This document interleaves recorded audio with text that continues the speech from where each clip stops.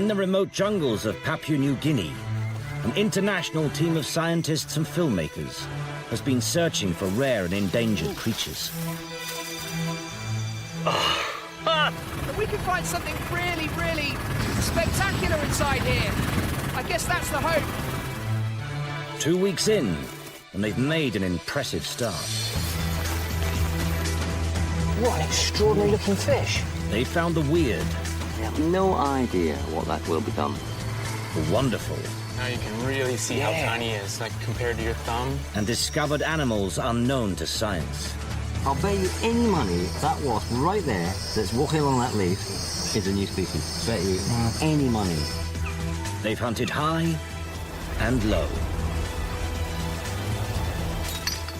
Now Steve Backshall and a team of cavers are pushing deep into a cave. One of the few places on Earth where no one has been before. I've never seen anything like this before in my life. This is extraordinary! Of an extinct volcano, Mount Basavi. Further east, a smaller team is on the island of New Britain. They're exploring an underground river cave, mapping it as they go. This is one of the most remote, inaccessible places on the planet, and there genuinely are dark corners of Papua New Guinea that no human being has ever been to before. This place is absolutely ripe for exploration. It's risky. Just to get in means abseiling 80 meters to the cave entrance.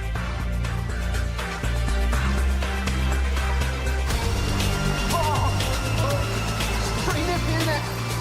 Steve Backshall is the expedition climber, caver, and naturalist. Oh, this is unbelievable! What an unbelievable amount of water! Welcome to Guinea River Cave. Oh! He's joined the Anglo-French team who first discovered this cave. The locals call it Mageni. They're led by pioneering British caver Dave Nixon, known as Moose. Oh, it makes you feel so alive. Their aim is to press further into this uncharted cave and map passages never seen before by man. John Paul, this joint is developed on 50 degrees, 230, 50, 230. What fires them is the hope of finding a new undiscovered route right through the mountain.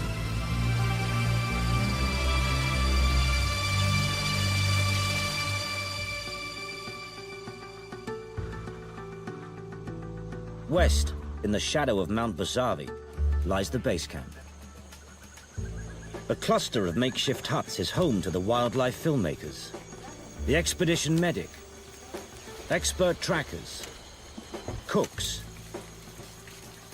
and at its heart, the scientists. Leading them is Dr. George McGavin. I'm heading up a team of scientists, each experts in their own field. Our aim is to document what animals live in and around this giant extinct volcano, and also to search for any new species, and there must be hundreds. Job is running the jungle lab. This is an absolute monster. His team has already discovered 17 new species and catalogued hundreds of other animals.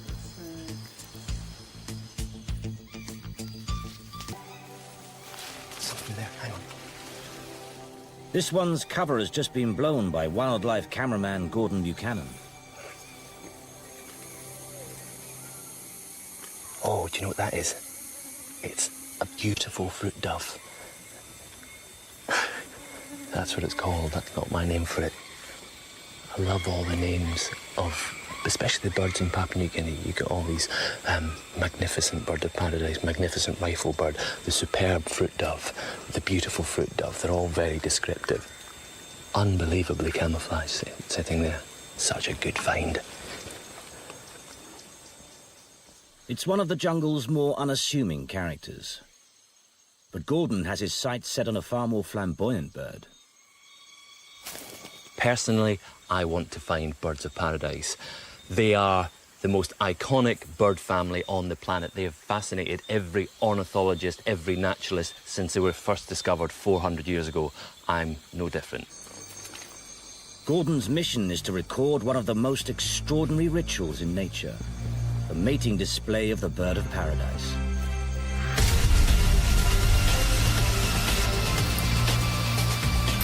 Underground, Steve and the caving team are battling against the Whitewater River.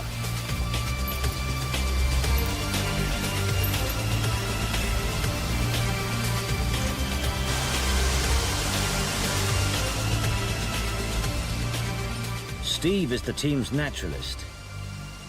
Even in a cave, some creatures still survive. These cave crickets are real specialists in this kind of environment.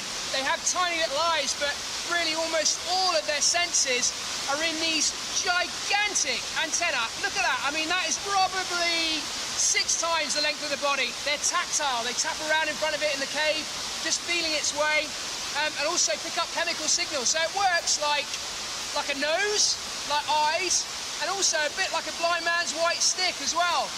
I think this one here is a female, possibly the least pretty-looking girl in the world.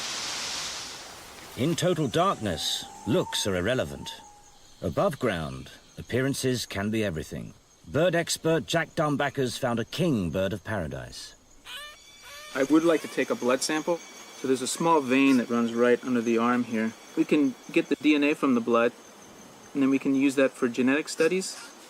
And we can also use it to test whether or not the birds are carrying malaria or other blood diseases. I'm missing the vein here. Keeping a record of all the animals is expedition photographer Ulla Lohmann. I've never seen colors like that. I mean, me being a photographer, I love colors, and especially when the light is just breaking into its feathers, it's just magnificent. All these colors are to impress the female, and their mating display, they flash all these colors. They have a special dance that they do. And the female's very drab, so she doesn't have any of these specialized colors. Just the male has these. Completing the look are elaborate tail wires that play a big part in his courtship display. It's an important find, proof that birds of paradise live in this patch of forest.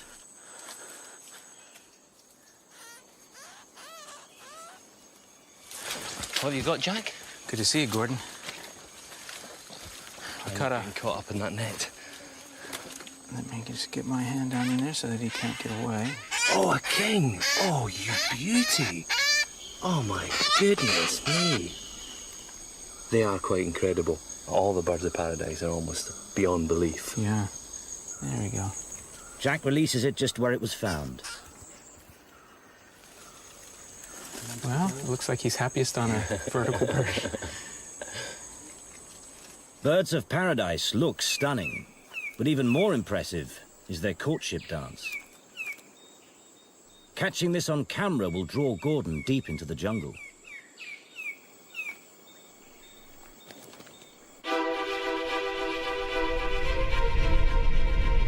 These forests are now under threat. There's big money to be made from tropical timber. This forest giant's been growing here for between 100 and 150 years. The value of this tree when it's cut down to the landowner, the man who owns this tree, is only about £8. When it's prepared and shipped out as timber, in the UK it'll fetch £1,000 or more. Somebody is making a great deal of cash, and it's not the people who own this tree. Papua New Guinea's forests are peppered with hundreds of remote tribes. It's those tribes, and not the government, who own the land and the trees. Tribal elders have a difficult decision to make. Keep their forests, or sell the trees to the loggers. If we keep forests like this intact, we will reduce our chances of suffering the worst effects of global climate change, and we'll save between 60 and 80% of all the world's species. For me, it's a no-brainer.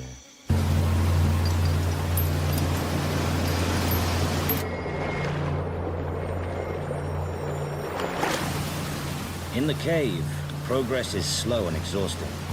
They need to stop and refuel. The French have brought cheese, and the Brits, baked beans. Oh, please tell me you're not eating cold baked beans. What's the matter with you, man? Oh, you're all wrong. I'll have some of that, that's fine. The fresh. No, the cheese is good, the cheese is good. Oh, no! Oh, that absolutely turns my stomach. Smell what? I don't want to... This is actually pretty good for us. I mean, we've really just been having a chocolate bar for lunch most days. To actually stop and have cheese and crackers is... It's lottery! Hey, you don't know your bone, lad. From base camp, 2 boats head upstream. Gordon's first stop on his search for birds of paradise is a remote village where the feathers are used for costume. Also on their way are George and expedition medic Jane Stevenson.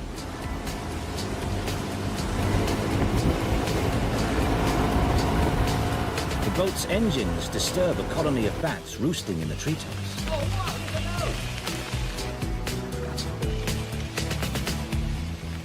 This is...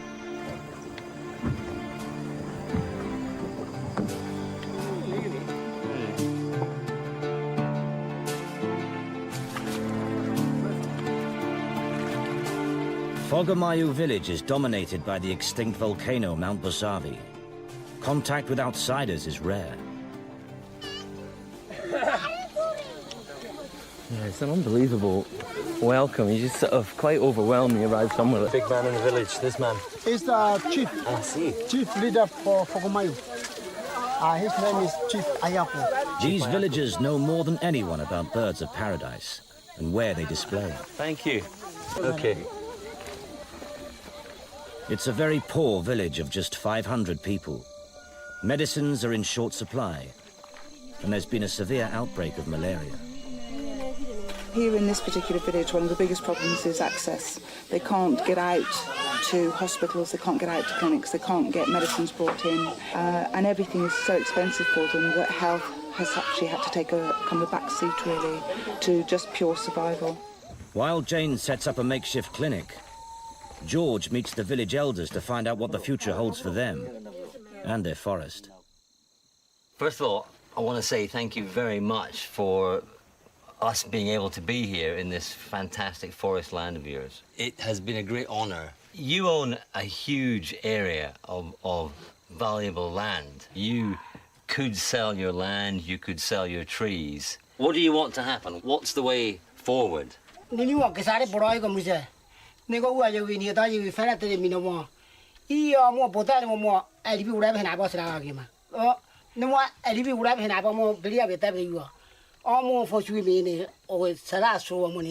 well, you know, you're sort of stuck because you want certain things. You want to pay for education and healthcare and soap and things. Yes. But you don't have the means of earning the cash.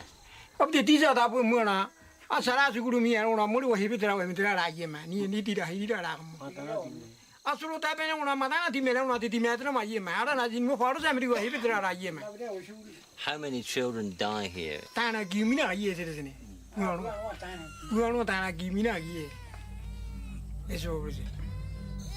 At Jane's clinic, the concerned mother has brought in her feverish child. We need to be sponging this baby down. And I'm going to test the baby for malaria, but it probably is malaria. It's one of the biggest killers in the tropics. Out here, mosquito nets are virtually non-existent. Can you see there's 2 lines here? Jane's test confirms her worst fears. He is particularly vulnerable now. He has a raging fever, and he has the worst type of malaria strain. This is today's dose. Okay, as soon as possible. Although the baby is getting quite upset with this is absolutely the best thing. This will potentially save his life, and without this, there's a very high chance that he will die.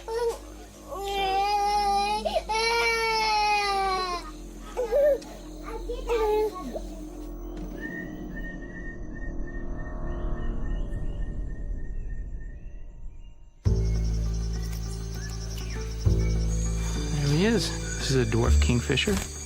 You can see just how small he is. George is back at work with the other scientists. Look at that, it's really fast. Their work is vital if they are to prove this jungle is worth saving. We've got foot exclusion. Alana Maltby's the bat expert. She's made another important find. This is the second potential new species of bat. Amazing. Yeah, it really is amazing. It's really unusual to find new mammals and new bats. And to have two potential new species in the course of a couple of weeks, that's like nothing I've ever found before. The frogman has been kept busy too. And you can spend the whole day trying to catch one of these things. But this is yet another frog which Alan Allison has never seen before. It's an interesting little guy because I'm almost certain that it's a new species. This is exactly why I'm here. We're seeing animals in 100 years' time might not even be here. We do. You can see it. It will struggle with you. The scientists will report their findings to the government of Papua New Guinea to lend support in protecting Mount Bosave's weird and wonderful wildlife. This is amazing. This is a really strange world. Here is a beetle larva. Over there we have a tiny bat. So here is an animal with a backbone that is a fraction the size of this. Alana, Yes. can I just compare the size of that bat to the size of this insect? Which one do you think is more beautiful, George? I have to confess, Alana, on this occasion, the bat does win it, hands down. Even I couldn't really love this thing. Oh.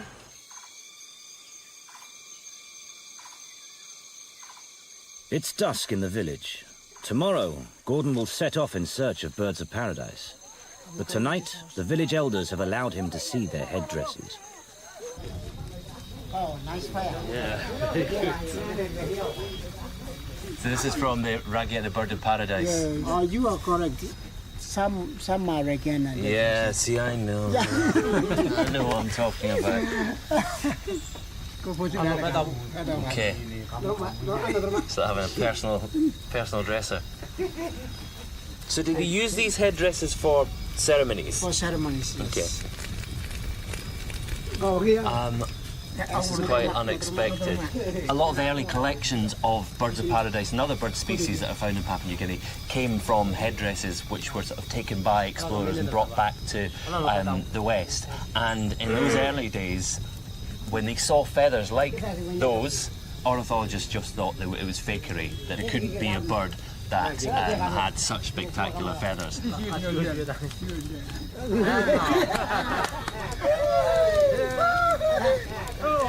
What's going down? Spectacular headdresses, birds of paradise, cockatoos, hornbill. If you think these costumes are elaborate, they are nothing compared to the birds themselves. This is a sort of an imitation of their splendour.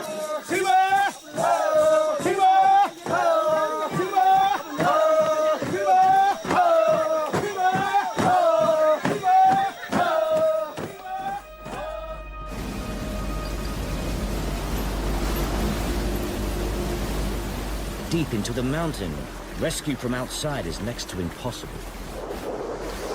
The water here is very fast flowing and deep. That's why we're wearing life jackets, is that really we're going to spending a lot of time in the water, trying not to get too cold, and really just battling against the flow.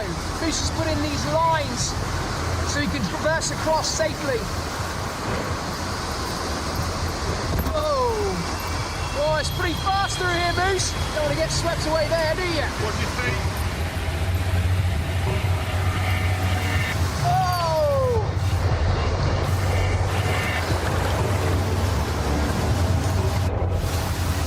Forcing themselves against the flow, the team press on into the darkness.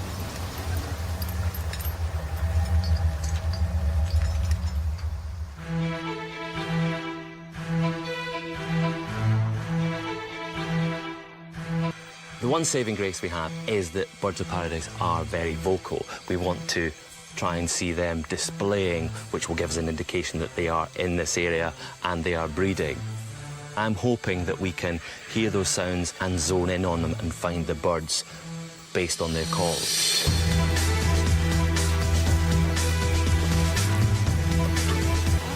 managed to get that over. But if you fell in there with a backpack on, you'd be a goner.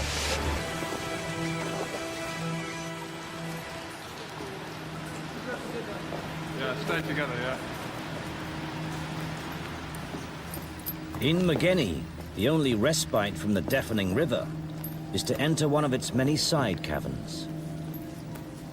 Well, this is nothing like any other cave that we've seen so far in Guinea. It's quiet, relatively dry. Yeah, we can talk to each other without shouting. It's incredible, isn't it? Yeah. Look at these styles, they're fantastic. Check this out here, Steve. See this formation, you've got a column that's formed where a stalactite has met a stalagmite. This is deposited on a mud floor. But can you see how it's all fractured and broken there? That's almost certainly as a result of earth movement, earthquakes. What do you think it'd be like down here? Oh, it'd be terrifying. Yeah, it really would be terrifying.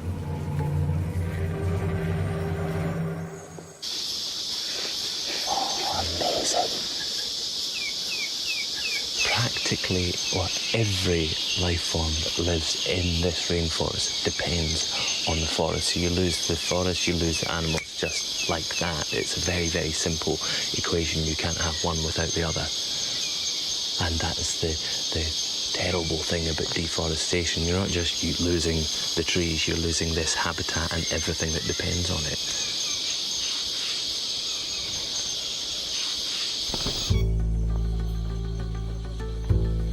In the lab, the scientists are finding yet more evidence of the richness of this forest. Satellite images reveal just how rapidly jungle is disappearing.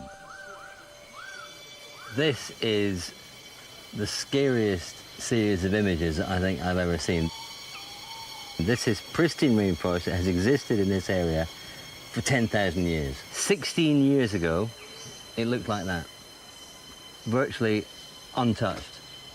And the most up-to-date image shows the roads for forestry vehicles which are coming in to extract the wood, now spreading like veins all over the forest. And this is only 20 miles from here. This makes the mission to explore Basavis forests all the more urgent. I think the thing that's really striking about this is the incredible diversity. So every time you turn a corner, you see a new insect, you see a new frog, you see a new beetle, you see, and that's the fun of it.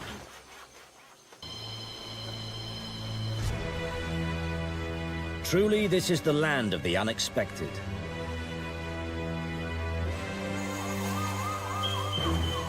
On the eastern slopes of Mount Basavi, Gordon is still tracking birds. When he discovers a river, best example of the power of water and the unseen goings-on, things that are going on way beneath our feet.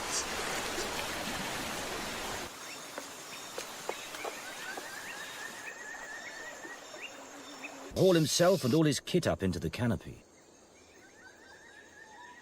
Few people have ever seen a bird of paradise, let alone, sat up in a treetop with them. So they're...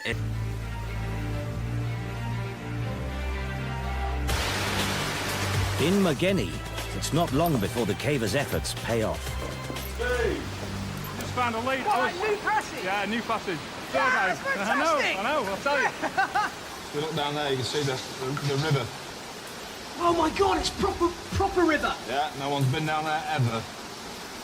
We're the first people here. There's a waterfall down there.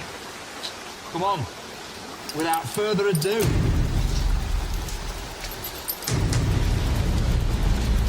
This new passage is drawing them down a side channel of the main river.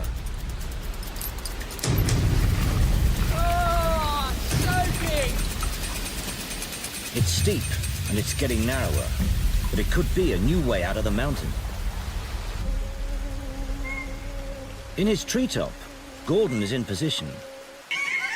They're trying to show who's the fittest with a complicated dance routine.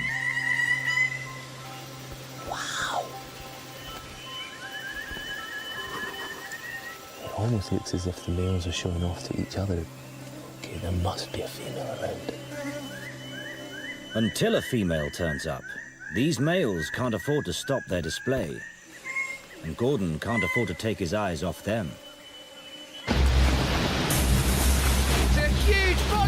water pushing through here. It's a good job the ground's grippy. In the cave, the route they've found is getting treacherous. You're best standing on the ridge, that's it. This is no place to lose your grip. Oh, look at that! You're gonna cross here. Okay.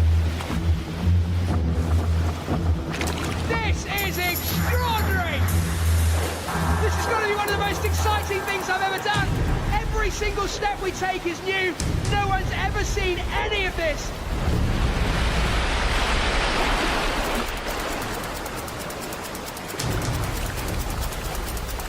Finding and exploring a brand new underground route is the ultimate thrill for any caver. Oh, it's a waterfall. We're at the top of a waterfall. You can hear the noise of it. It's like a 747 taking off. The passage goes up in that direction, so we've got some more exploring to do. That's fantastic.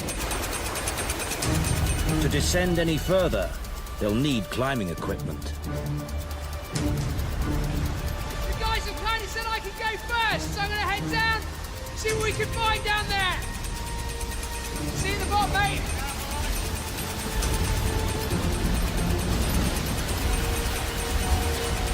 Heading down there now. It's the unknown.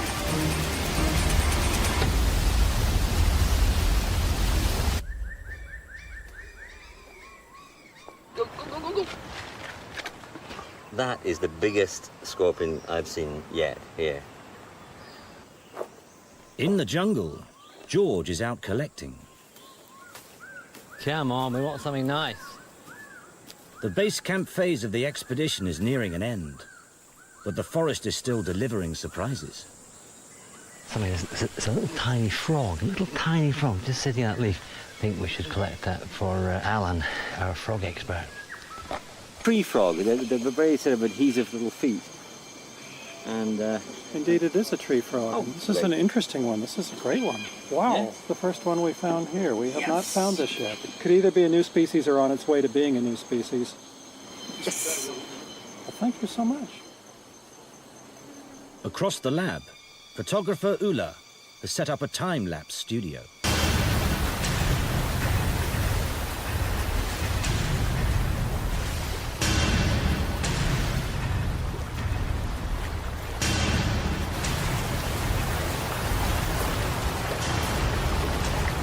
Oh no! I don't like the look of this at all. This is the way on. Well, possibly. The water seems to have levelled out a little bit, and it goes underneath a narrow ceiling here, but it looks like there might be more beyond it. What do you reckon, Moose? I reckon it's a dump of about 4 or 5 metres. You know, this is about the worst thing you could do, is to go into the unknown in fast-flowing water, because you get whisked away, yeah?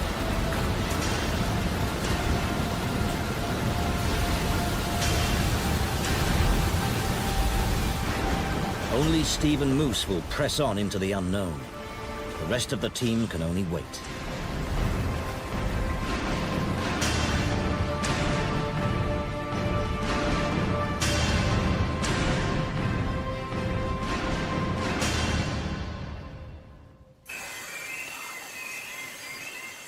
In the treetop, Gordon's 2 male raggy Oh,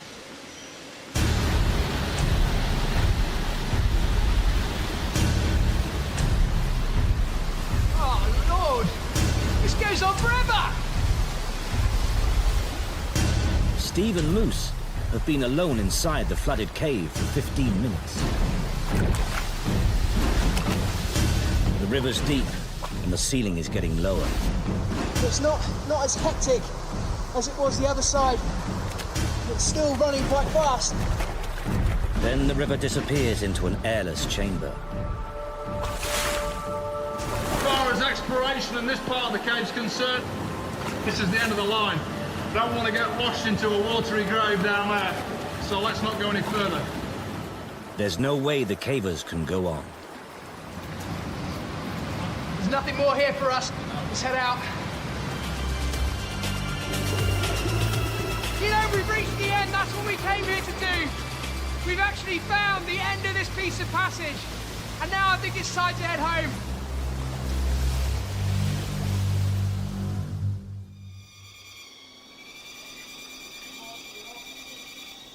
Never seen a moth like this before in my life. Don't fly off, please, don't fly off. I'm sure a stage will be covered. It's to rear them up, which is exactly what we did. My wife has her birthday today, and I'm not there.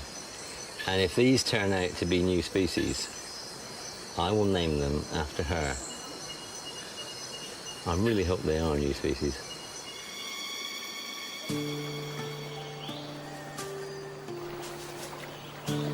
In base camp, Steve is preparing for the next challenge of the expedition. The team's new destination is the volcanic crater of Mount Busavi. Its fortress walls have kept the hunters out and animals in. This cauldron could conceal spectacular new species. Steve, look at that.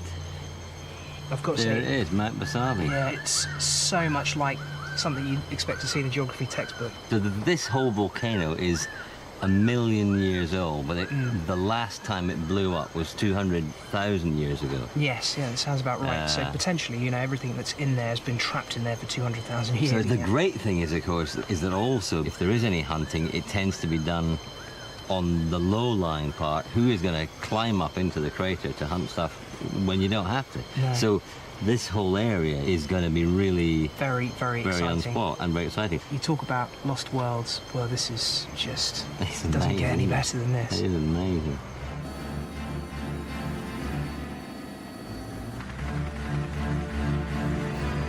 Steve is leading the advance party, paving the way for the rest of the team. All right, guys, well, good luck. Okay. They're going to build a camp right in the heart of the crater.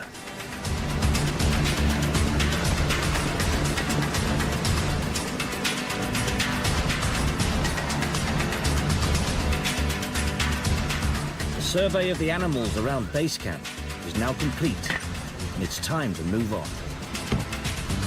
He catalogued hundreds of animals. A staggering 29 are believed to be completely new to science. Yeah, the trip's been really great. We were able to get a lot of birds in the nets, a lot of bats as well, working with Alana. We have well over 90 species between us, and I haven't even made the final total. It will probably be even more than that. The next destination is beyond the clouds. The ancient crater inside Mount Busavi itself. They'll be the first scientists ever to explore this lost world.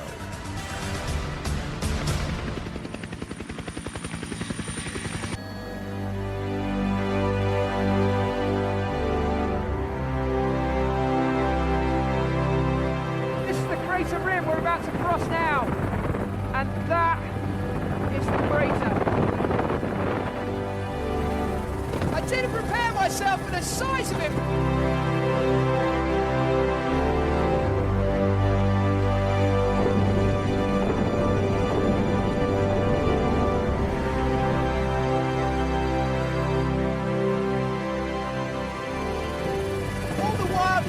All the plants that are in here have been trapped inside by all of these walls.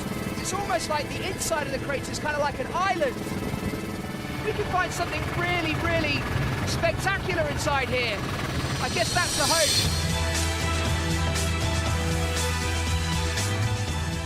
Next time, George witnesses the birth of a new mountain. To be absolutely honest with you, I'm actually feeling quite apprehensive. You couldn't speed away from this in a hurry. You'd be toast.